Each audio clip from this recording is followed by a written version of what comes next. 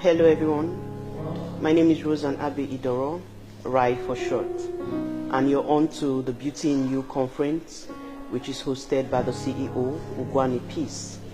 And the theme for this year's conference is A Woman Making a Difference. And I am one of the speakers, and I am to speak on your purpose, it's all in you. I want to use this opportunity to thank Peace for this groundbreaking conference, because she is one who is a woman living out her purpose. Now, who is a woman is what I want to start with before I tell you it's all in you and your purpose. And please, for the purpose of this, as you will be watching, it's Happy Women's Day, by the way, and as you'll be watching, I know you may have questions. You could leave them in the comment section, and I would do my best to reply you.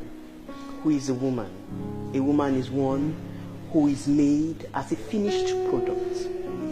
The Bible tells us that a man was asleep, and then the Lord took a rib and made a woman. That means you're a finished product.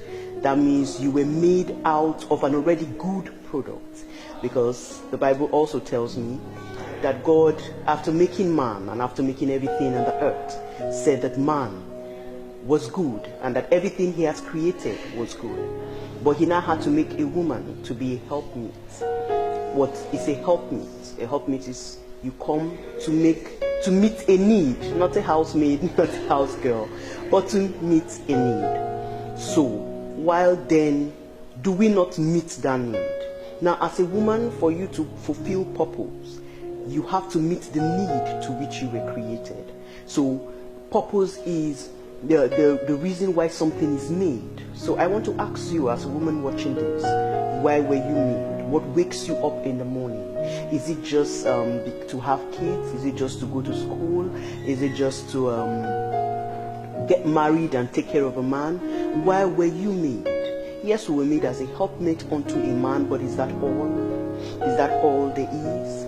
You see, in life, there are 4 stages or 4 levels of people. Some people just merely exist, they don't live. What do I mean? There are some people that are on the ordinary level, the level of mere existence. All they do is wake up in the morning, go out, try to get something to eat. They just merely live for the weekend. Then we have people who are on the success level. All they work for is the money. Their worth is determined, by their net worth. Their value is determined by how much they have. Are you on that level? There are some people who are on the level of influence. They've graduated to the level of influence, where they have 1 or 2 people they influence. They have an environment, the sphere to which they influence. And so they can, influence people. And then we have the 4th level, which is legacy, and that's the one I want to talk to you as a woman. What legacy are you leaving behind? Because you see, if you are at the 1st level, all you do is just wake up, nothing drives you, you just know that you are alive, and so you have to get out of the bed. If you are at the success level, what drives you is mainly money. You just want to make money to buy that house, buy that car. You have this feel-good mentality, and the money makes you have worth and have value for yourself. If you are at the influence level, all you think about is, okay, how people will talk good about you. You're power hungry. You're the type who just wants to influence people around you for your selfish reasons. But if you are the type who is at the level, and very few people are at this level I want you to be in, is the legacy level. What legacy are you leaving behind? Are you just leaving kids? Is that it? So if you die, just the number of children they could, they would write at your obituary, is that all? When you're as most women don't think about legacy. We have men do think about that. Okay, I want to leave my name in the sands of time and all that. But women, we don't. We don't have a legacy to leave. We don't even leave an inheritance for our parents, for our children, because we don't have any inheritance to leave. Everything you have, or everything that is left for your kids, is left by your father. And so you're just regarded as someone who took care of them, maybe who gave them food. Is that all you want to remember? I know that as women, we're nurturers. We're natural nurturers. But what's your value? What value, apart from doing the natural thing which God has put, which is of course getting married, being a helpmate to a man and giving birth? What else is there to you as a woman? You see, all your emotions, everything that was put in you, the fact that you're a nurturer, the fact that you were made from a refined product, God has an intention and a reason for that. And that reason is because it's for you to do something else. Now, okay, almost every woman at least is acquainted with the kitchen. You see, everything we find in the kitchen, the knives, the plates, everything, those things have, their purpose is, okay, like to make a meal or to make making a meal easier. But their specific, that's the general purpose. Their specific purpose is like the knife cuts, the spoon stirs, the pot is where we put all the ingredients to make a meal. The oven has a reason why it's in the kitchen. Now, you cannot know your calling if you do not know your purpose. You cannot also know your specific purpose if you don't know your general purpose. So why were you put on earth? What wakes you up on the bed? What's your drive? What gets you out of the bed in the morning? Is it just your kids? Then you're not living, you're just merely existing. Is it just your husband? Then you're just fulfilling the general purpose, because it just says, I will told the man, I will make you a helpmate. So that's just your general purpose. But I want to talk to you today on your specific purpose. Why are you placed on earth specifically? What is that thing 10 years down the line, 20 years down the line, you would really still be doing for yourself and be happy, not just for your family? You see, a woman is an all-rounder. You can multitask. There's this song by Timi Dakolo that says a woman is a king. Because it's only a king that knows how to go about all his duties with ease and without stress. When I see women complaining, oh, this is too much for me, that is too much for me, you're living beneath your capability. As a woman, you can multitask. As a woman, you can take care of your home. As a woman, you can take care of your children. But you can also still live a life of purpose. You see, earlier on in life, all I thought was how to be on the success level. That was all I dreamt of. And so I just wanted to go to school. I just wanted to get married and then have some, be a career woman, have some money that I could get things that I want. And that was it. I never even thought of the influence level, not even to think of living a life of legacy for myself. So after I've left this world, what would they talk to me about? Would they just refer to me as the wife of my husband? Would they just refer to me as the mother of my children? Would they just refer to me as one who went to school and became a medical doctor? What will they refer to me as? And then I began to think and I began to look inwards. And I began to ask my Creator, because no one knows you better than your Creator. You have to ask your Creator. You have to tell him, why did you place me here? Apart from the generality of my purpose, which is also to be a helpmate, which is going to the world preach the gospel, the general purpose we all know of. What specifically have you placed Roseanne to do? So I began to ask God. And when you begin to ask God, he will begin to point you. You see, everything in life, or for you to know your specific purpose, your value system forms it. What's your core value? Most people get their value system from their parents, nowadays from the media. Most people get it from magazines. Some people don't even read books, but you could get your value system from books. So when your core is formed, that is when God will be able to take that out and begin to point you. And you see, you're different from every other woman, because your temperaments are not the same. So God has put specific things in you, specific temperaments in you, to help you achieve your specific purpose. So it's your purpose. Once you know your purpose, you'll be able to work with your calling effectively. It's your purpose to impact the life of youth. It's your purpose to impact the life of fellow women. It's your purpose in life for you to make ways for other people, for you to be an entrepreneur and teach other people. What's your purpose? I can't tell you your purpose, but you have to look inward. It's in you. I know most women feel overwhelmed. You have pressure from home, you have pressure to look after kids, or you feel inadequate because you see society has made it okay. They tell us it's a men's world, so maybe you have to work double to get things done. Don't fall for that. We have so many women in the Bible who were able to live purpose. We have Deborah, who was a judge. She was able to still have her family because we were told about her husband. So that means she had a marital life, but she had a life outside that. Most people, women, stop centering your life around your home. Yes, you must have a home if you're married to keep your home well, but know how to balance it up. I think where most of us as women have an issue is how to balance our life. How do I balance my life as if you're a single woman or a married woman? How do I balance my normal life with my purpose? That's where you need God, and that's where you need to manage your time. A lot of people are purpose. but they are not able, or who have identified their specific purpose, but they are not able to live it out. Why? Because one, they do not balance their time well. They fail in time management. We have everybody, the rich, the poor, the sick, the short, the black, the tall, no matter your race, no matter what, you have 168 hours in a week. So how do you use your hours? How do you use your hours? Determines how far you go in life. Another thing for you to fall in line or to walk in your specific purpose is, how do you use your budget? That means how do you budget? How do you use your money? Who do you spend your money on? For what do you spend your money on? To who do you give your money? You see, that's why I said your core values matter.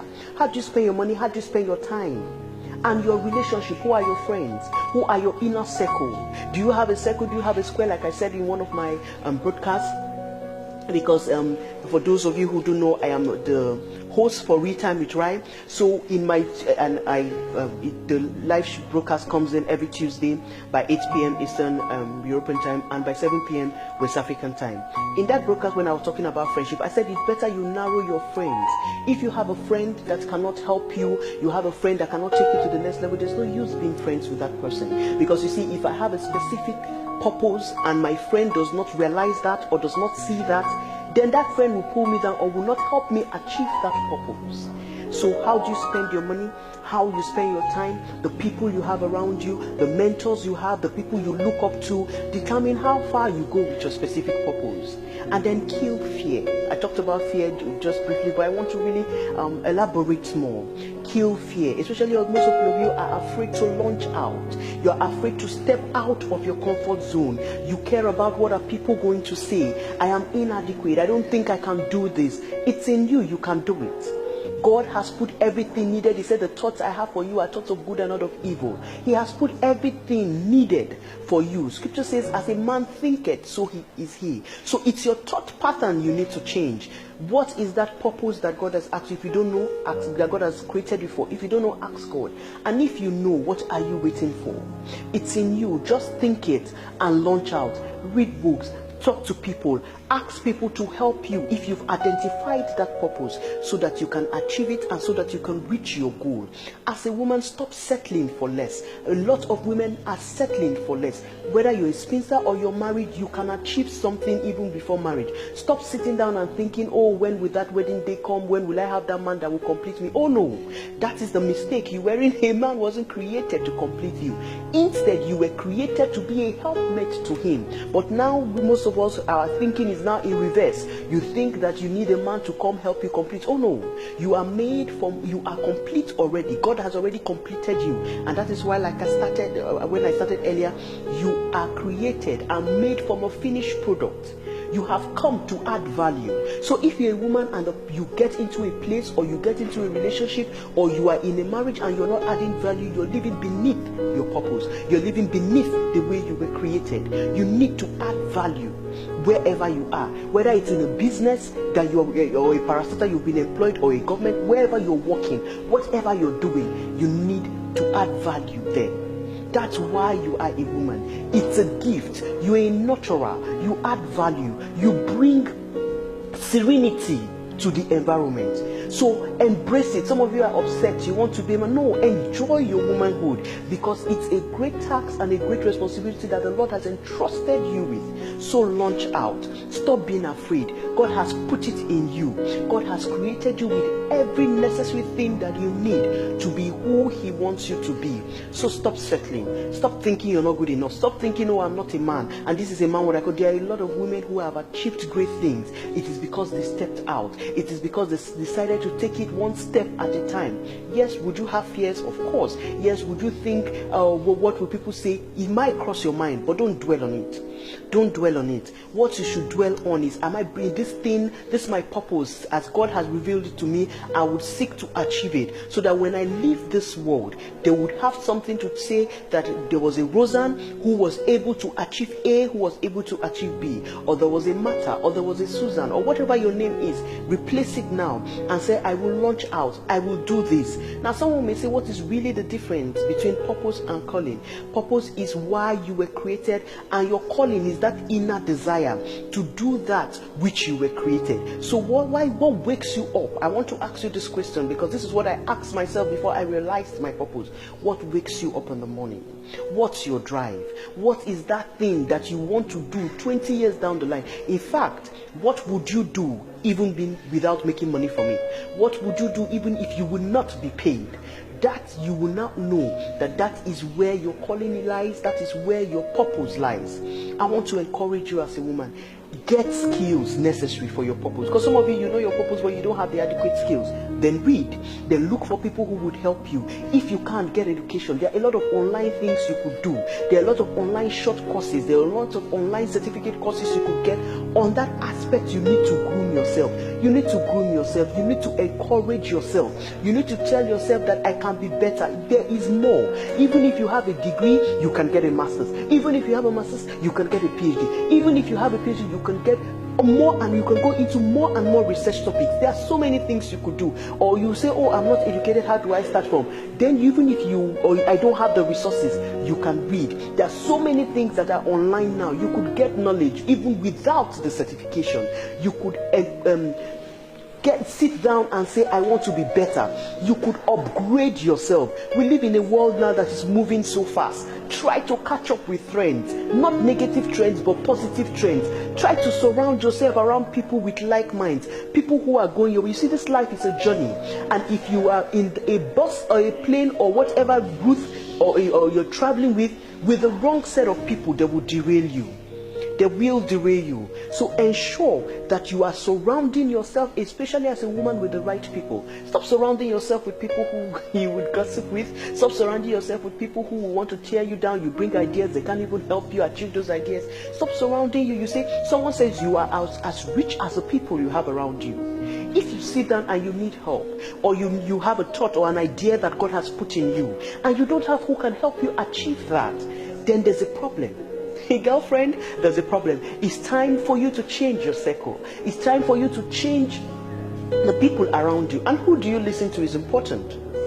Who do you listen to in terms of your pastors is important, because the message you listen to every Sunday has a way of shaping the way you think. Who do you listen to? Who do you take advice to based on your mentors is also important, because that shapes also the decisions you will be making. And who are your friends? Because those are the ones you easily run to tell your gritty things, or how your daily affairs, or your daily runnings. So it is also important for you to surround yourself with positive people. It's all in you. Your emotions are there for a reason. You are a nurturer for a reason. Get something to nurture. You were not just created. In Genesis 1:28, the Bible tells us that you should go into the world, multiply. You should be fruitful. That means you should increase.